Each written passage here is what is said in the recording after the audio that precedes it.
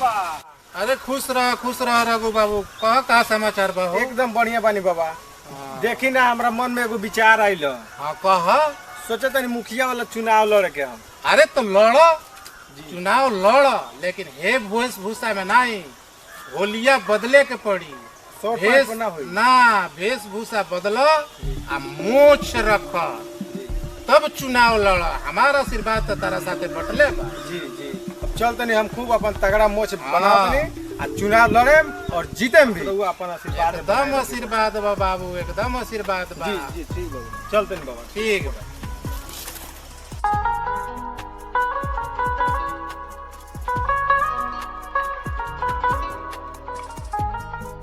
तेरा मुआ सुन सुन सुन, खाली दाढ़ी बनाइए, मोछ पर चूड़ा मत घुमाइए, ठीक ना? मोछ नहीं छिलेगे, बुझले? हाँ भैया, और तो हमरे लगे बनवावे नहीं। का बात बात मोछ नहीं छिलेगा। जितना बात नहीं उतना कर, मोछ पर चूड़ा मत घुमाइए, समझ ले? ठीक है ठीक ठीक बाबू।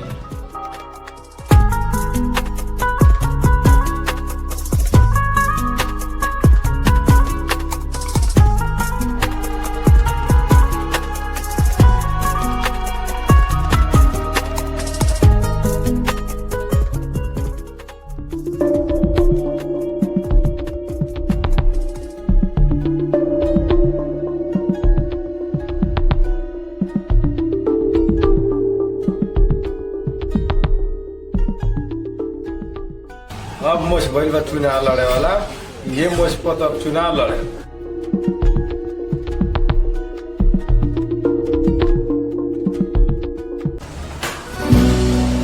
गुरुजी महाराज के कहला पर मोछ मुंडा से मोछू बन चुनाव लड़े, घर घर घूमनी, सबके हाथ जोड़नी, पैर पकड़नी, जेकरा घर ना झुके तो ओकरा घर जाके झुकनी। फिर भी चुनाव में हम हार गए। कोनो बात ना, सिर्फ 5 वर्ष से ना हारल बनी। ई वोट हमार पर जरूर ना देना हुई सब। खैर कोनो बात ना, ई मोच के बदौलत आज इतना वोट मिलल हमारा। ये मोच के चलते हम अगले चुनाव जीत के देखा। मोच हमार शान बा। जय हो मोच महाराज।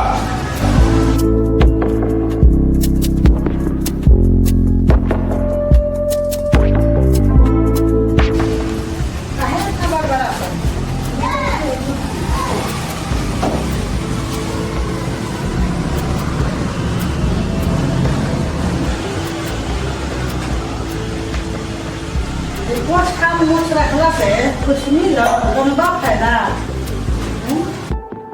ताकि तो चुनाव हारिए गई।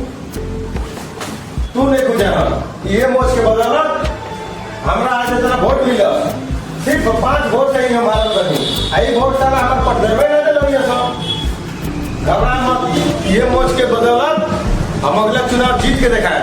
हम मुखिया तारा मुखिया ही ना बना देनी, तब तू हमरा से पूछिया।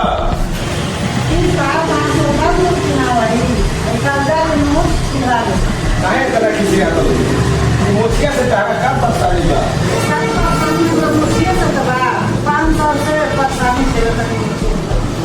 मुखिया में हमरा लगे तो परेशानी तू काहे के झेले तनी? सही बात है, दूसरा कोई के दुख दूसरा कोई ना मिलेगा। रात दुख बा होता है। जब वो चुना रहेगा तो बीच में इंतजार करके खड़ा होगा। तेरा मोछ हमरा नाक और मुंह में घुस जाला, कितना चुभेला रउआ का बुझाई। अच्छा ये बात बा। जैसे 5 साल और झेल लू, 5 साल और झेल लो, फिर हमने के मुखिया की बनल जाए और हम मोच छिलवा ले और फिर हमने के पहले का हीरो हीरोइन जैसा रूप में आके मस्ती कर ली। मोच के 5 साल तो 5 साल बाद मोच के हम 5 दिन ना रख सकी। भलाई यही पे बा कि मोच के काला के छिलवा ले। अगर ना छिलवा तो का करूं? कुछ ना करे, लगा के अपना लोगे सके ना। पहले बिना मोच के कितना सुंदर हीरो खान लागत रही है। आई चुनाव के चक्कर में पहले से खंडायक हो गए बानी लोग। खंडायक बन रहे, अब हम चल रहे। अरे तो मैं हमरा के साथ सुंदर के चक्कर में डाल दे। कोनो बात नहीं, 5 साल ब्रह्मचारी बन के रहे, लेकिन चुनाव जीत के रहे। मोच हमार शान बा।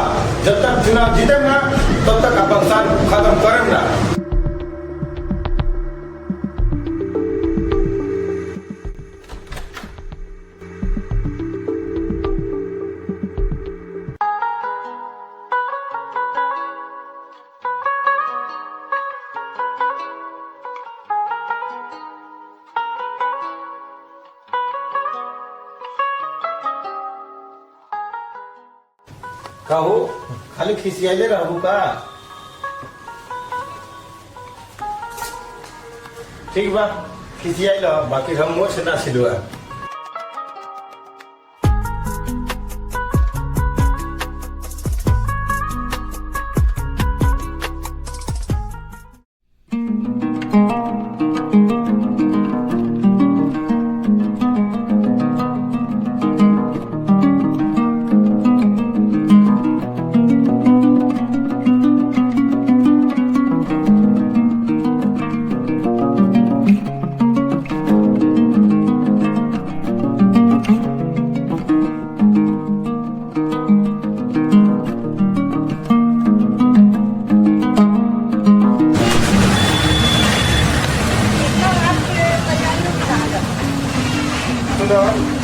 हमारा दोस्त तक है और भोज बा जाते नहीं हम भोज में बहुत जल्दी हम खाना खा के यहाँ से लौटा।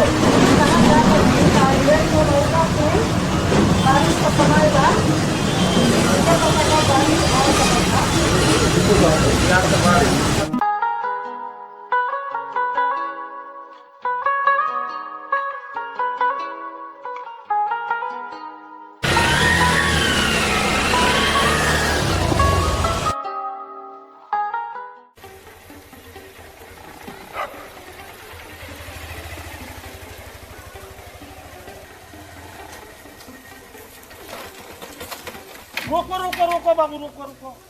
अरे चाचा प्रणाम। बाबू खुश रही इतना रात खान एने कहाँ जाता नहीं? ए देखी ना तनी एगो दोस्त के भोज बा। अच्छा। उहे भोज में चलते नहीं भोजन करे में फिर हमरा तुरंत लौटे के बा। अरे बाबू बरसात के मौसम बाटे, इतना रात खानी कहाँ जाए? रास्ता खराब बाटे। यो काम करी गाड़ी हमारा द्वार पर लगा दी, आप भोजन करके जब आए तो गाड़ी लेके चल जाए। ठीक कहते और लगा दी अपने न द्वार बाटे। हाँ, हाँ। लगा दी बाबू लगा दी, रास्ता बहुत खराब बाटे, लगा दी।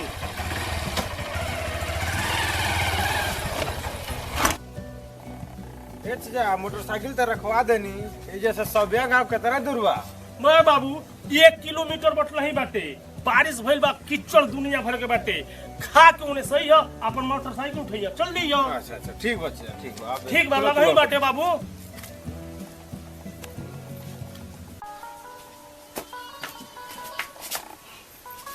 बताओ तो सारे लोग सुत गई, ये बेरले जागल बानी तो बेचारा की वो कामे ही नहीं आवत रहा, बेचारा दावत खाए जात रहा, जाके फंस जाये तो रहे। गांव के शिकायत हुई, ये पंचायत की ऐसा मुखिया बने कि ये गांव के आज तक ले सड़क पर ध्यान ना देहले। मोटरसाइकिल तो मोटरसाइकिल बाटे, लोग पैदल नहीं के हेल पाओ, इतना कीचड़ बाटे।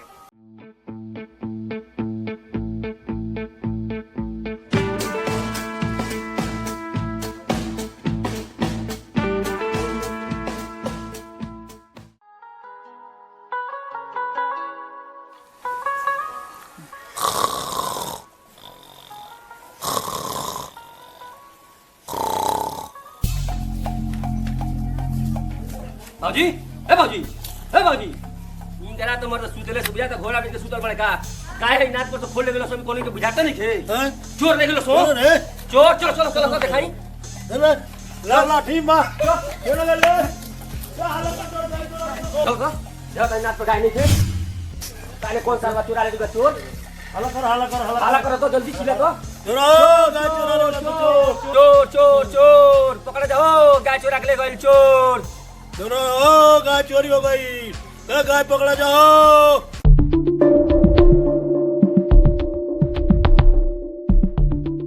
गाय हमारे चोरा के ले गया तो पकड़ा जाओ चोर चोर चोर चोर चोर मार मार केने गइल रे केने गइल। चोर चोर चोर चोर चोर चोर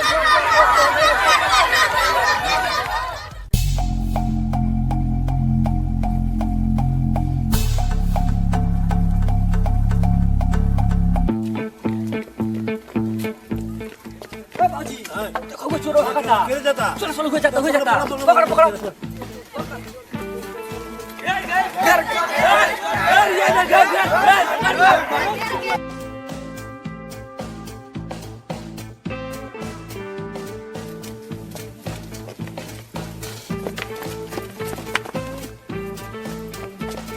पकड़ ये चोर अरे भैया हम चोर नहीं। ये चोरवा हो। अरे भैया हम चोर ना हैं हो। अरे नहीं चाचा हम चोर ना हैं। ओए चोर कुली के सरदार हो। अरे इधर पकड़ो मत भैया। अरे भैया हम चोर ना हैं। ए बाजी खबर है। अरे भैया हम चोर ना हैं। मुंह झुकाने वाला मुंह झुकाने को। ये चोर हो, चोर के सरदार बा। अरे आज मुंह झुका दे को।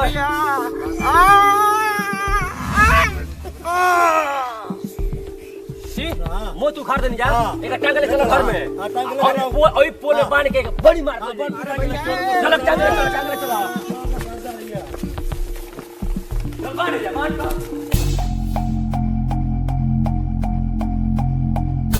लाओ रसूल ला के बाहर जाता है। बता ले रसूल बाहर। अरे हम चोर ना हैं भैया हो। ए हरो काई हाला के पड़ जाता। ए चोर चोर चोर अरे एक मिनट चेहरा मत अच्छी रहता। अरे भैया हम चोर ना हैं यार। पागल पड़ा जा जरबानो एकरा सब 6 लोग पाप हो गई। बताओ जरबानो हाई मुखिया जी के पकड़ के तरीका चुनल जा जरबानो तनिक दूर बात बैठा दिमाग खराब बा का बिलो बताओ जरबानो है मुखिया के प्रत्याशी आदमी के तरीके जनवा मार के पटक करके मार दला जान इनके पूरा मोच उखाड़ दला जान मुखिया दिमाग जरबानो तरीके सटक गिल बा। ए हमने जाने के रात के घुमत हमने चोर हो हैं। ई चोर हवे कम से कम आदमी पहचाने ला जरबानो है इतना सूट बूट में जरबानो है देखा जा जरबानो बिना तरीके सारा जरबा हिसाब जरबानो लिया तनी के जो काम करी छोड़ी जरबानो चलो भागे जा तरीके भागे जा जो काम करी रघु बाबू बहुत रात हो गई बजन बाबू छोड़ी जरबानो भइल त न भइल है न रघु आज रात में आराम करी है न दिन सुबह अपना घरे चल चल।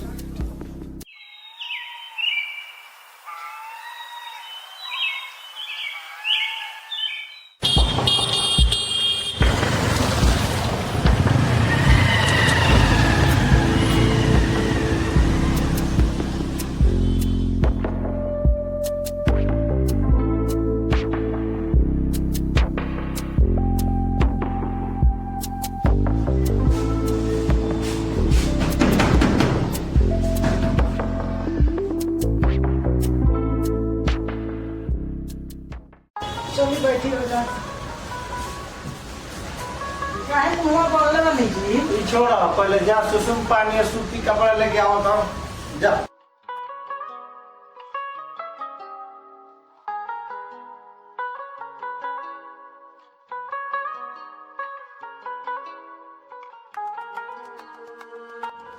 ई का भइल बा जी? मुंह काहे बोलले बनी? अरे ये तो बड़ा चमत्कार हो गए। जब सोचत रहनी तो हो गए। तो जब सोचत रहलो तो होइए गए। ई सब छोड़ा पहले सुसुम पानी है सूती कपड़ा से सेक लगाओ। तो थोड़ा आराम से सेको दर्द होता। ई मोछिया छिलाइल बा कि कहीं उखराइल बा जी?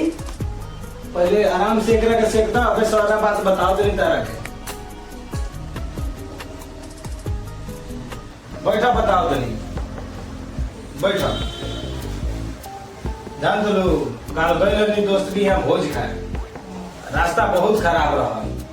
अब का कहनी कि हम बाइक अपन नहीं लगा दे गई भोज खा गई आओ तो रहनी तो रास्ता में एक आदमी के गाय खुला गई रहा चोर चोरी करके लेके गई सो तो वो खोजत रहा चोर के उहे रास्ता से हम गुजरत रहनी तो वो लोग समझ में आयल कि चोरवा ये अब सब गाँव भर झुक के मरल हमरा के खूब पीटबो कैल हलो मोछियो दे खा के बहुत बढ़िया बात। यही जब कहत रहनी रहुआ के कि मोछ छिलवा ले लेकिन हमार बात रहुआ ना माने ना छिलवाई। हाँ तारा तो खुशिये बा। नंद बाबू गांव के लोग कि बिना मोछ वाला पहले वाला हमार पति हमरा के लौटा दे। अरे हम सही में मूर्ख बानी जौन ढोंगी पंडित के चक्कर में अपन मोछ बढ़ानी चुनाव लड़ने के चलते सही समय पर जोखन का गाना रहतन गांव में तो पता ना गांव वाला मोछ के साथ साथ और पता ना कहने का उखड़ ले रही। अब हमारा खुल गई। अब गवाही राजनीतिक में ना पड़ा चुनाव के चक्कर में ना पड़ा मोछ ना पड़ी। अब हमारे मोछ हमारा तारा बीच में कबो दीवार ना बनी। यही बात तो अब कब मोछ ना बढ़ाए ना हो अब ना बढ़ा हम कबो यही बात पर एगो चुम्मा दे दो। तो देखनी भैया गांव के राजनीतिक में पढ़ के अपन मोच बढ़ावनी चुनाव लड़नी चुनाव में ना जीतनी अब मोच भी उखड़ा गए। ऐसे गांव ही राजनीतिक में पढ़ के कोनो फैसला अपन गलत मत ली। अपन हिसाब से फैसला ली, अपन सही काम करी। अगर हमने के वीडियो पसंद आई लोग है तो कमेंट लाइक शेयर जरूर करी। काहे की वीडियो रोल के अमन फिल्म कंपनी के बैनर तरह देखे के मिली और बहुत सारा प्यार के उम्मीद रखते हैं। जागरा बा अमन फिल्म्स कंपनी के चैनल पर आप लोग लाइक और सब्सक्राइब जरूर कीजिएगा। नमस्कार, धन्यवाद।